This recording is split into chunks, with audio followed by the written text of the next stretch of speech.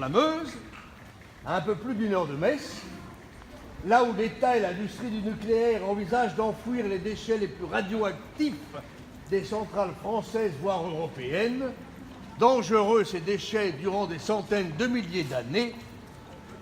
Rappel anecdotique, l'espèce humaine, Homo sapiens, a 300 000 ans. Un déchet nucléaire, seulement 100 000. L'État français a imposé l'énergie nucléaire au sortir de la Deuxième Guerre mondiale, poussé par l'armée qui souhaitait du plutonium pour ses bombes atomiques. Ça tombait bien, si j'ose ce jeu de mots, puisque les centrales nucléaires civiles ont produit du plutonium. Quel progrès la bombe atomique, quel progrès le nucléaire, n'est-ce pas? Les habitants de Fukushima, Tchernobyl, Three Mile Island et autres dizaines de lieux sur Terre et en France n'en reviennent toujours pas de la chance qu'ils ont. En 1969, une fausse manœuvre lors d'une opération de chargement du réacteur entraîne la fusion de 50 kg d'uranium. Pendant des mois, des centaines de nettoyeurs mobilisés en urgence par EDF se relaient pour évacuer le combustible fondu. En 2 minutes, ils reçoivent la dose de radioactivité autorisée pour 1 an.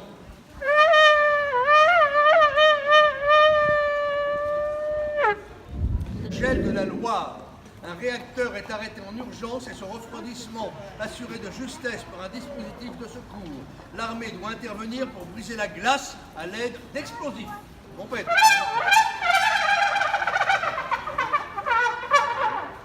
Saint-Laurent, réacteur numéro 2, 1980. Le 13 mars 1980, suite à l'obstruction du circuit de refroidissement par un morceau de tôle, la chaleur fait fondre plus de 20 kg d'uranium dans le cœur du réacteur graphite. Plus de 500 personnes doivent intervenir pour nettoyer le réacteur. La quantité de combustible fondu est moins importante qu'en 1969, mais l'accident est plus grave. Car l'uranium avait séjourné plus longtemps dans la cuve, près de 2 ans. 1999, construite près de l'estuaire de la Gironde, comprend 4 réacteurs. Lors de la tempête historique du 27 décembre 1999, la mer franchit la digue de protection de la centrale du Blayais. Le courant est coupé, les circuits de refroidissement de 3 réacteurs sont gravement perturbés. L'électricité des réacteurs numéro 2 et 4 n'est plus assurée que par des moteurs diesel de secours. Quant au réacteur numéro 1, sa sûreté ne tient plus qu'à 2 pompes suite à l'inondation du local qui abrite les stations de pompage de son circuit de refroidissement. Le préfet déclenche le plan particulier d'intervention et téléphone au maire de Bordeaux, Alain Juppé, pour lui dire qu'il faut songer à évacuer la ville. La situation est finalement rétablie in extremis. Le fonctionnement de 16 réacteurs français est menacé d'inondation en cas de forte tempête. 16. Three Mile Island, en Pennsylvanie, 1979. Le 28 mars 1979, suite à des défaillances mécaniques combinées à des erreurs humaines, le système de refroidissement est interrompu. 1/3 du combustible du cœur fond, un autre tiers perd ses gaines. Le réacteur ne pourra être visité que 6 ans plus tard.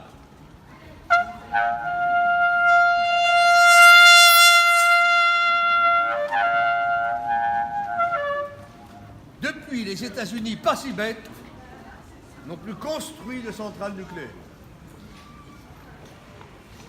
Tchernobyl, Ukraine, je vous le rappelle rapidement, vous connaissez, mais c'était en 1986. D'accord ? En 1985, le directeur de la centrale déclarait dans un magazine soviétique « Même si l'incroyable devait se produire, les systèmes de contrôle et de sûreté arrêteraient le réacteur en quelques secondes. La centrale possède des systèmes de refroidissement de secours et de nombreux dispositifs de sécurité. » Le couvercle en béton de 2000 tonnes est projeté à 15 mètres de haut. Actuellement, aujourd'hui, au moment où on parle, plus de 1,5 million de personnes habitent dans la zone contaminée radioactive. Et nous disons avec douleur que 437 000 d'entre elles sont des enfants. Fukushima Daiichi, Japon, 2011. Vous connaissez un petit peu. Le 11 mars 2011, un violent séisme de magnitude 9 sur l'échelle de Richter est suivi d'un raz-de-marée au nord-est du Japon, une vague déferlante d'une quinzaine de mètres, atteignant encore 10 mètres de hauteur sur les rivages, tandis que les installations sont protégées par des digues hautes de 6 mètres. La société TEPCO annonce le 4 avril de la même année devoir rejeter dans l'océan Pacifique 11 500 tonnes d'eau radioactive pour libérer de la place dans les cuves et accéder aux réacteurs. Le 12 avril, un responsable de la même société TEPCO informe que les rejets ne sont pas encore maîtrisés et qu'il est à craindre que finalement la quantité totale des substances radioactives rejetées dépasse celle de Tchernobyl.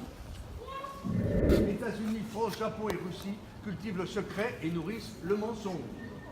On dissimule, on multiplie les communications rassurantes pour écarter toute suspicion. On qualifie de, et c'est pour nous-mêmes, de peur injustifiée, de psychose, voire d'ignorance, toute réflexion tendant à mettre en doute la sûreté du nucléaire. Et comme on n'arrête pas le progrès, l'État français et son industrie de pointe qui nous permet de ne pas être autonome en énergie, puisque nous allons chercher notre uranium en Afrique ou au Kazakhstan, à grands coups d'intervention militaire si besoin, ont décidé d'imposer maintenant l'enfouissement des déchets nucléaires les plus radioactifs en grande profondeur, après avoir expliqué que les jeter dans la Manche ou au large des côtes somaliennes était la meilleure des solutions. Avant, le centre d'enfouissement en profondeur qui ont tous connu des catastrophes et des pollutions graves.